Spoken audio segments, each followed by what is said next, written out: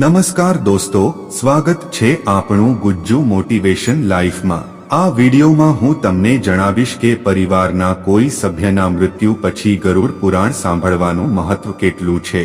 બધી જ માહિતી તમને આ વિડીયો મળી જશે, પરંતુ મારી તમને એક અપીલ છે કે તમે આ વિડીયોને લાસ્ટ સુધી જરૂરથી જોજો। તો ચાલો વિડીયોને શરૂ કરીએ। ગરુડ પુરાણ આપણા હિન્દુ ધર્મનો એક એવો ગ્રંથ છે જેમાં જન્મ મરણથી લઈને સ્વર્ગ નર્ક અને બીજી ઘણી બધી બાબતોનું વર્ણન જોવા મળે છે। ગરુડ પુરાણમાં જણાવવામાં આવ્યું છે કે મૃત્યુ પછી શું થાય છે જે વ્યક્તિને મોક્ષ કે દુઃખ તરફ લઈ જાય છે। જણાવી દઈએ કે ગરુડ પુરાણમાં કુલ 19,000 શ્લોક છે, જેમાં એવા 7,000 શ્લોક છે જે વ્યક્તિ માટે જ્ઞાન, ધર્મ, નીતિ, જીવન, આદર, સદાચાર, ત્યાગ અને તપનું મહત્વ દર્શાવે છે।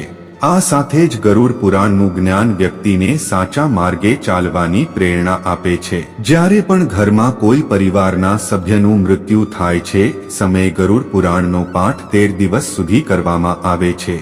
સાથે જ પરિવારના બધા સભ્યો સાથે બેસીને પાઠ સાંભળે છે।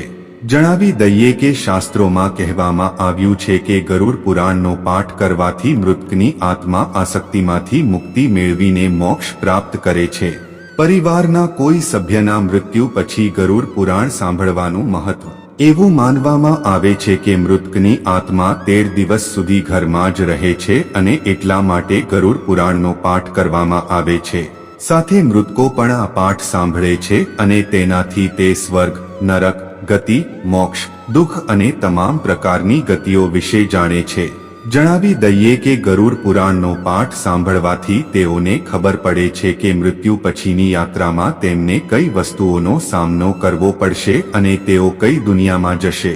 જ્યારે પરિવારના કોઈ સભ્યના મૃત્યુ પછી ઘરમાં ગરુડ પુરાણનો પાઠ કરવામાં આવે એ સમયે મૃતકની સાથે પરિવારના સભ્યોને પણ ખબર પડે છે કે મોક્ષ શું છે અને મૃત્યુ પછી કયા પ્રકારના કાર્યો કરવાથી મોક્ષ મળી શકે છે।